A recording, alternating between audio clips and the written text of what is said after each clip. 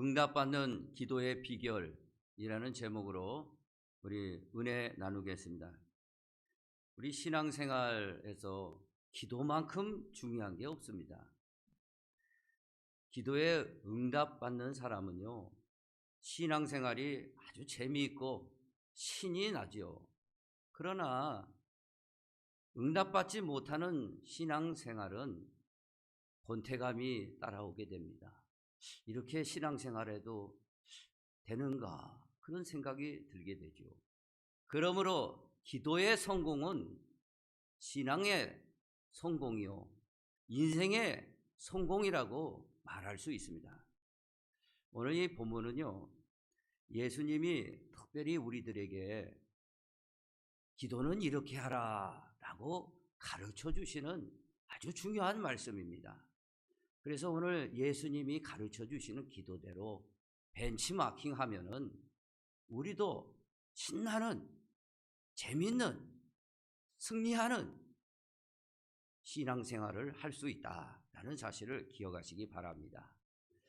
첫 번째로, 말에는요, 우리 말에는 강력한 능력이 있다라고 말씀하고 있습니다. 이 예수님께서 길을 지나가시는데 시장기가 도우셔서 뭐 먹을 것 없나 하고 무화과 나무에 갔습니다. 이 무화과 나무가 잎사귀가 풍성하게 열려서 무슨 무화과가 있을까 이리저리 찾아봤는데도 무화과의 열매가 하나도 없는 거예요. 그래서 예수님께서 저주를 하셨다라고 합니다. 그리고 다음 날 그 자리를 예수님과 제자들이 지나가는데 베드로가 그 무화과, 저주하신 무화과를 보고 완전히 말라버린 거예요. 뿌리채 말라버렸다는 거예요. 그러니까 베드로가 놀랐죠. 그 모습을 보고 제자들에게, 아니 우리들에게 이렇게 말씀하시는 거예요.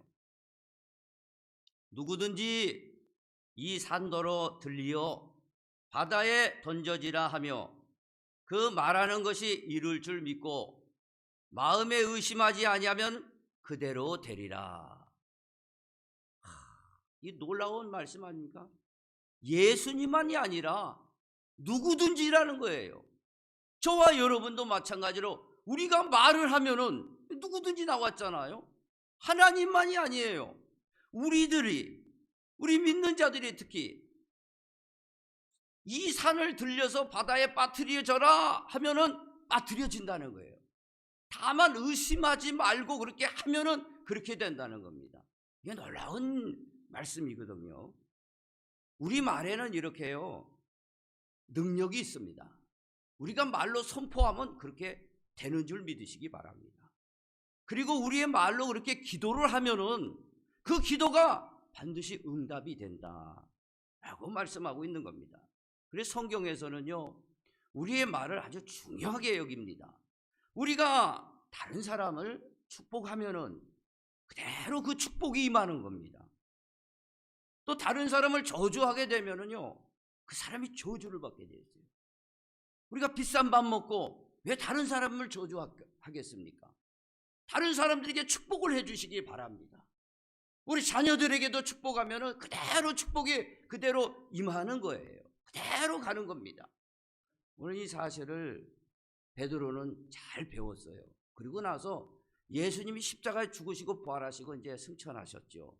그 다음에 이제 성령이 오셔가지고 오순절날 큰 은혜를 받고 베드로가요, 복음을 전하면서 다니고 있습니다.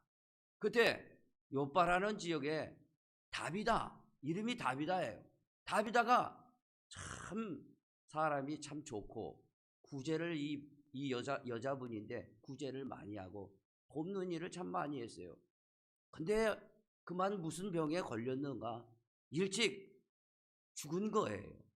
그러니까 많은 사람들이 찾아와서 장사를 지내고 있는 거죠. 그리고 시체를 다락에 누운 겁니다.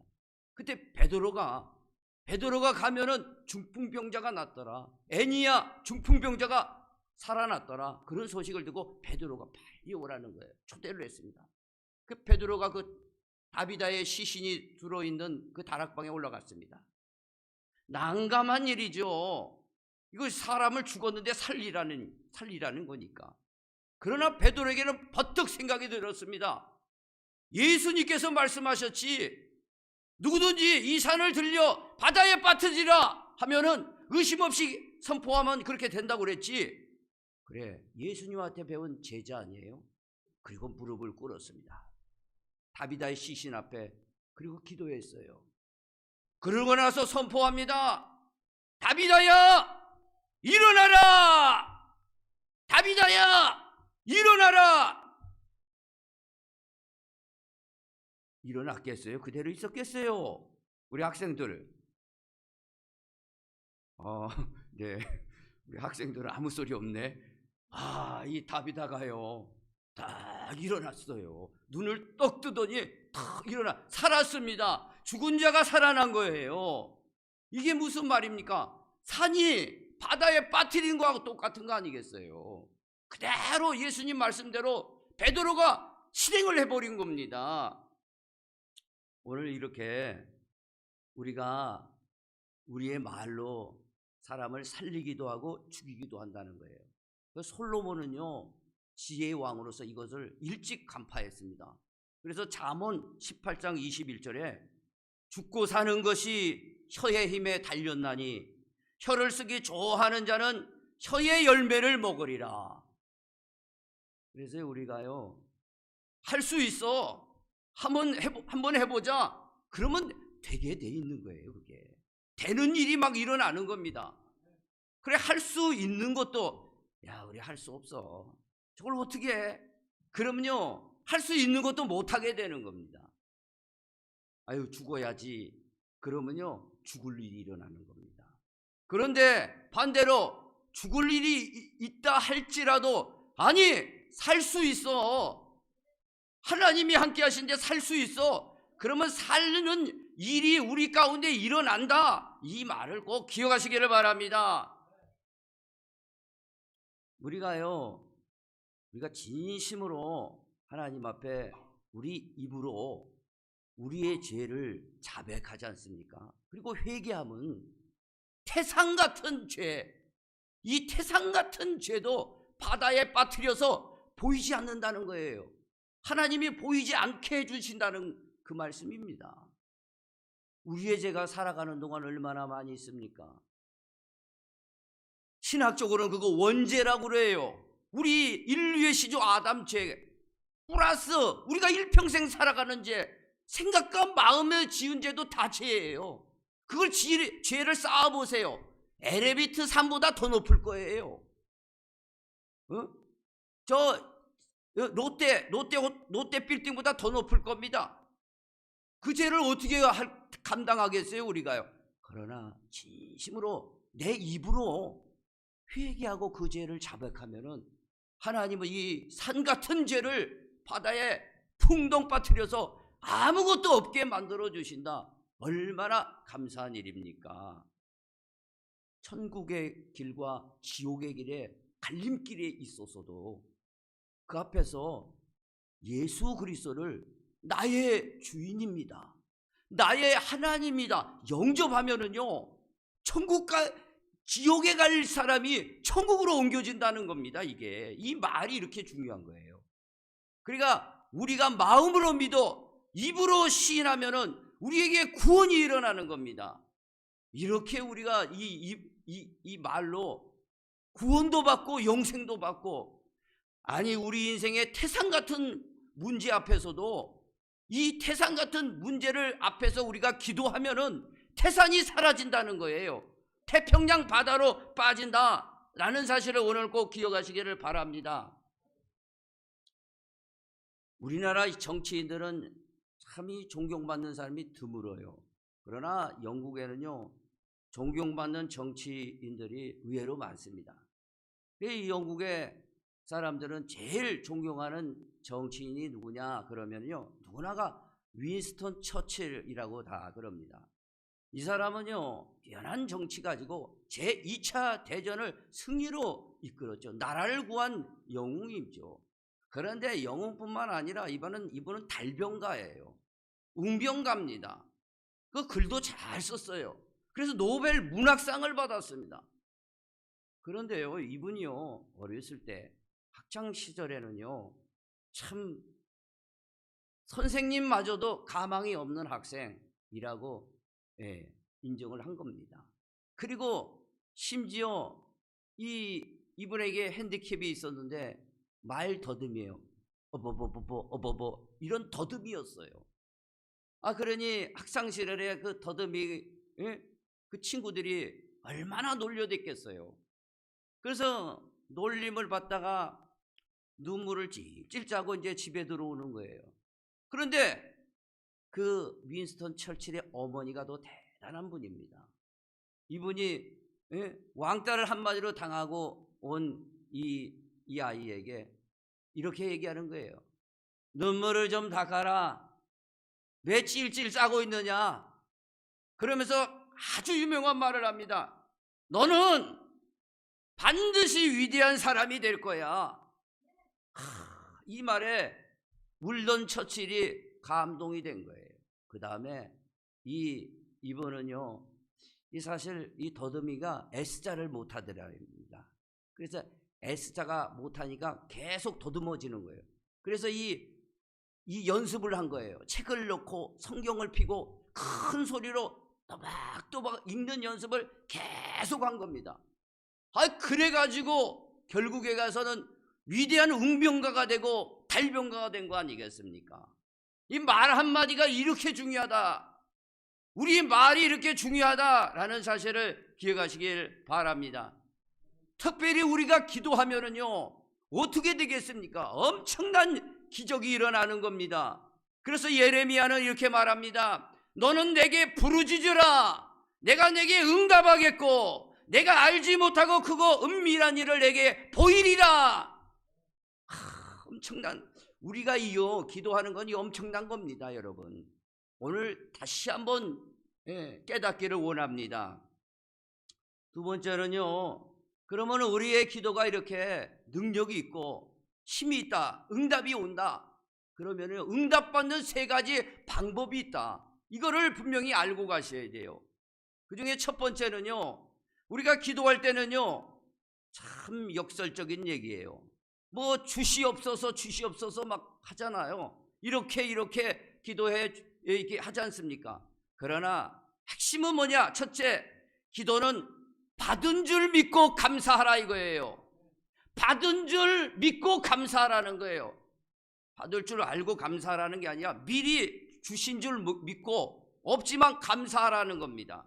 오늘 본문에 보니까 무엇이든지 기도하고 구하는 것은 받은 줄로 믿으라. 그리하면 너희에게 그대로 되리라. 받은 줄로 믿어야 될 줄 믿습니다. 그러니까 지금 기도했는데 언제 올까가 아니라 주신 줄 믿고 감사합니다.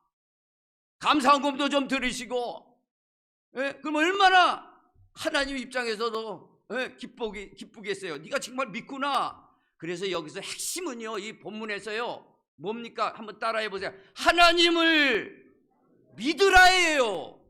여기 나오잖아요. 하나님을 믿으라. 오늘 이 믿음 갖고 하는 거예요. 하나님, 기도했으면 받은 줄로 믿어야 될 거 아니겠어요? 이게 첫 번째 응답받는 기도의 방법입니다. 아브라함은요, 참 여러분 잘 아시다시피 100세에 낳은 그 이삭, 눈에 넣어도 아까워하지 않은 아들을요, 모리아산에 칼로 번제로 잡아 드리라 그랬습니다. 그리고 여러분 잘 아시다시피 칼로 그 번제를 꽁꽁 묶어서 청소년 그 아들을 잡아 죽이려고 그랬습니다. 근데 사실이요, 죽인 거나 마찬가지예요. 그래서 히브리서 기자는요, 아브라함의 속마음을 딱 적어놓고 있습니다. 뭐라고 적어놓냐? 한마디로 아브라함은요, 그런 생각을 가지고 있었습니다. 칼로 이 아이를 죽인다 할지라도 하나님은 이거 반드시 다시 살려낸다. 살려낼 줄 알고 이거 죽인 거예요. 그래, 얼마나 쉬워요 이게. 그 믿음이다 이거죠. 이게 믿음이요. 얘를 죽여도 다시 살려낸다. 이것은 뭐 예수께서 부활하셨다, 나를 위해서 죽으시고 부활하셨다, 그것을 내가 믿는 거하고 똑같은 거예요. 똑같은 동급입니다. 그러니까 기도로 말하면은 이 아이를 지금 죽여도 다시 살려낸다. 그것은요, 기도하면은 내가 받았다, 그리고 감사하다, 예? 그러면 주신다는 거예요. 그게 믿음이다 이겁니다. 그래서 히브리서 11장 19절에 분명하게 이렇게 아브라함의 속마음을 이렇게 기록하고 있습니다. 그가, 아브라함이죠, 하나님이 능히 이삭을 죽은 자 가운데서 다시 살리실 줄을 생각한지라. 다시 살리실 줄을 생각했다는 거예요. 그래야 잡지 누가 잡겠어요 이거를요. 그게 믿음이다는 거죠. 비유컨대 그를 죽은 자 가운데서 도로 받은 것이라. 사실 하나님이 멈추지 않았으면 그렇게 아이는 죽었어요. 그리고 하나님은 살려내셔야 돼요. 오늘 이 기도로 비유하면은 우리가 기도한 거 받은 줄로 믿고 감사하시기를 바랍니다.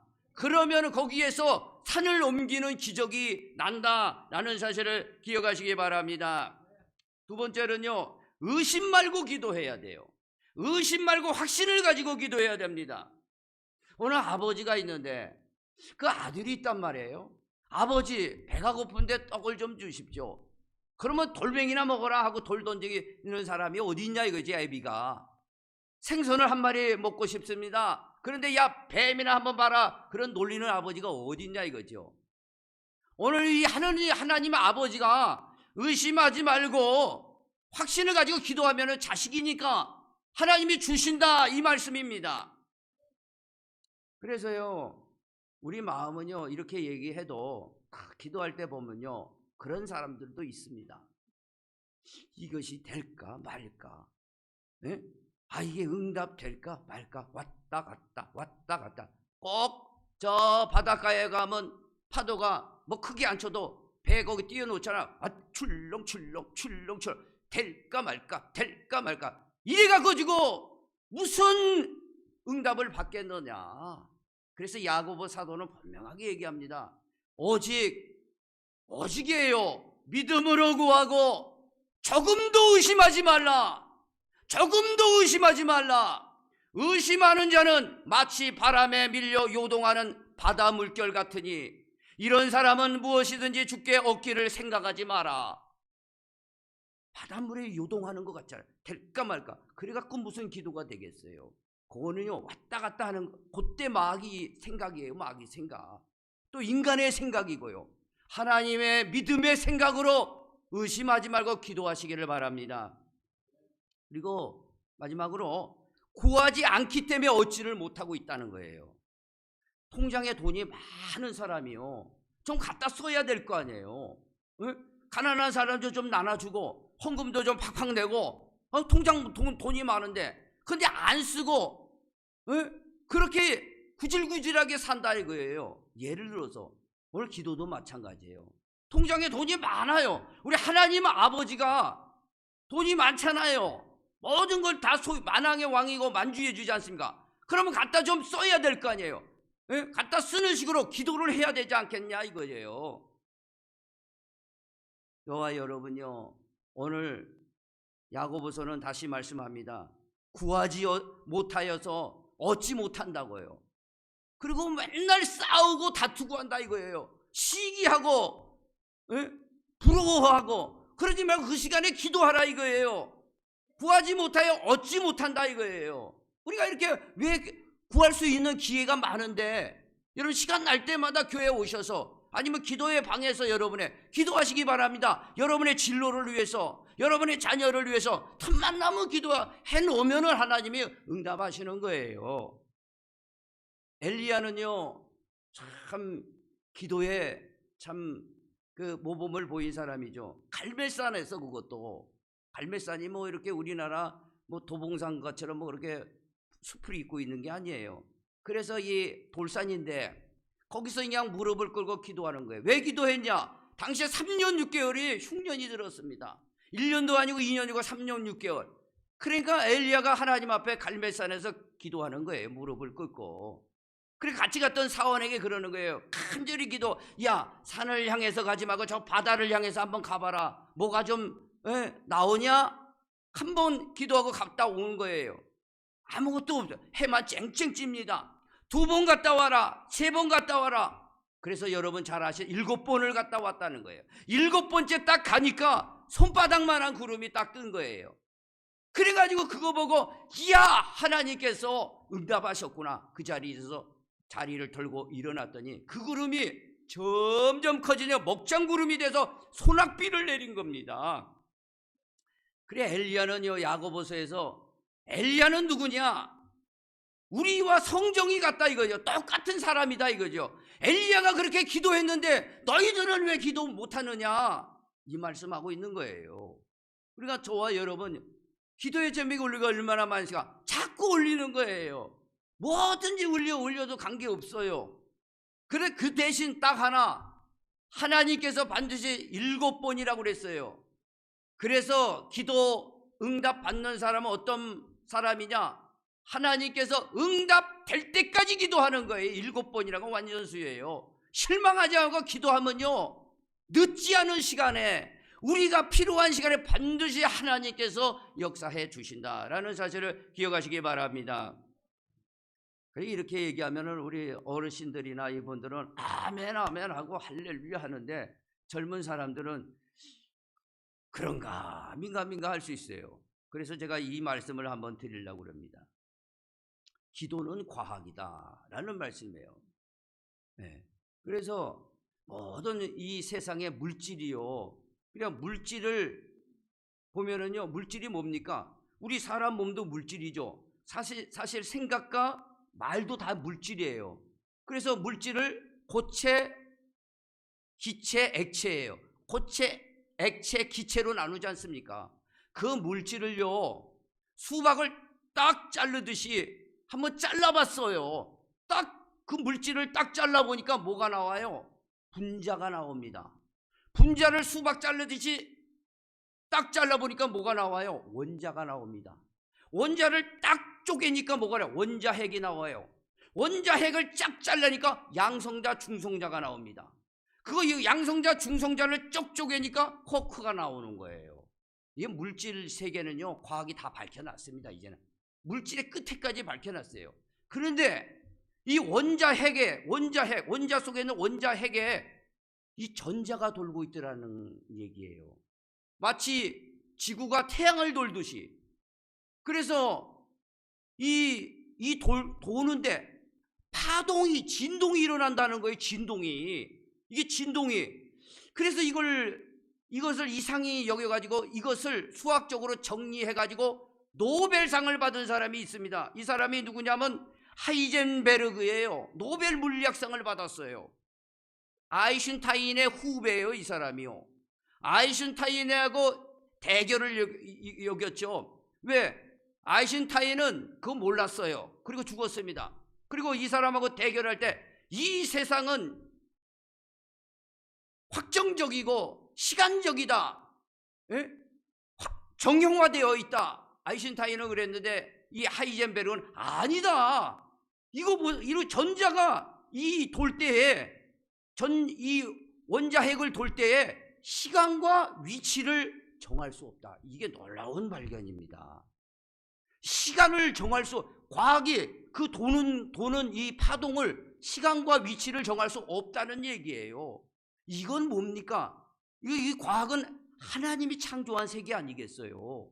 근데 하나님의 세계는요, 확정적인 게 아니라 불확정성이다 이거죠. 그래서 이 하이젠베르그의 불확정성, 이 노벨 물리학상을 받은 겁니다. 이것은 무엇을 말합니까?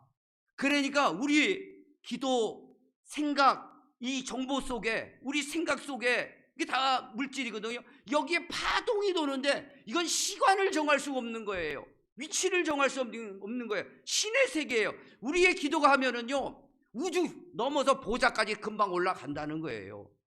이게 놀라운 일이에요. 이것 때문에 하이젠베르그의 불확정성 노벨상을 받아서 AI가 나온 겁니다. 4차 산업이 나온 거예요. 반도체가 나온 겁니다. 슈퍼컴퓨터 위에 양자 컴퓨터가 나온 거예요. 세상은 뒤바뀌어 버린 겁니다. 이 세상은요, 이제 옛날 고정관념이 아니란 얘기입니다. 우리가 생각하는 세상이 아닙니다. 이제요, 불확정성의 세계예요. 생각지도 못하는 일들이 이 세상에 일어나는데 그 세계는 신의 세계요, 하나님의 세계라는 거예요. 쉽게 말하면 우리가 기도하면은 이게 뭐 언제 올라가냐. 그러니까 이 우주 끝에가 얼마냐 다 밝혀졌습니다. 138광년 빛의 속도로 138광년 빛의 속도로 가야 우주 끝에 나온다. 이건 다 밝혀진 사실이에요, 과학적으로요. 근데 그건 빛이기 때문에 시간을 정하는 건데, 근데 이 파동은요 시간을 정할 수 없는 거예요. 이게 하나님의 세계예요. 여기서 기도하면 바로 보좌에 올라가는 거예요, 우리 기도가. 그래서 예수님이 중력을 무시하고 부활하셔서 승천하신 겁니다. 부활하시고 중력을 무시하고 승천하신 거예요. 이게 양자 역학, 양자 도약이라는 거예요. 다 밝혀져 있습니다. 이 하나님의 살아계신 신세계가 다 밝혀져 있는 거예요. 과학이 다 밝혀져 있는 겁니다.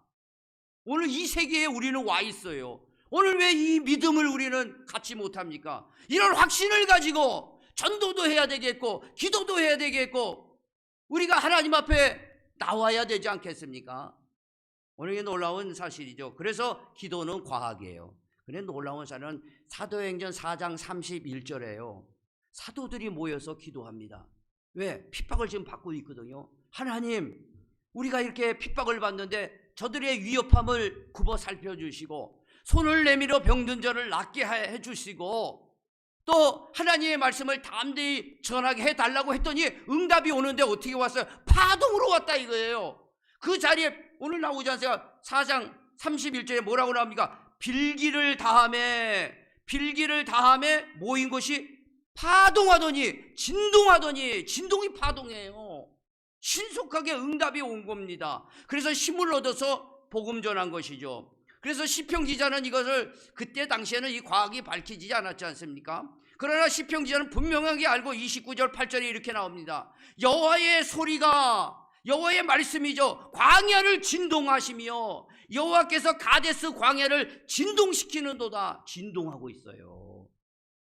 파동하고 있어요. 파동의 세계가 다 나와버렸습니다. 우리 하나님이 살아계시고 우리의 기도를 듣고 계시고 우리가 기도하면 보좌에 바로 올라가는 거예요. 기도는 과학입니다. 그래서 여러분 의심하지 말고 하나님 앞에 기도하시기 바랍니다. 그리고 받은 줄 믿고 그런 믿음 가운데 꼭 기도하시기를 바랍니다. 마지막으로요, 기도는요 장애물을 제거해야 됩니다. 우리 기도하는데 장애물이 있으면 안 되지 않습니까? 고속도로를 가는데 통나무가 하나 큰 게 떨어져 있어요. 이 미리 발견했으니까 다행이지 발견 못했으면 큰 사고 날 뻔했지 않습니까? 교통체증이 일어납니다. 기도도요 이 통나무 같은 장애물이 하나 있다 이거예요. 오늘 본문에 그래서 기도할 때에 너희가 혐의가 있으면 용서하라. 혐의가 있으면 용서하라. 그리하여야 하늘에 계신 너희 아버지께서 너희 허물을 사하여 주시리라 라고 말씀하고 있는 거예요. 왜 기도하는데 잘 안 될까? 그거는요 하나님과 우리 사이에 막힌 죄와 허물이 장애물로 있었던 거예요.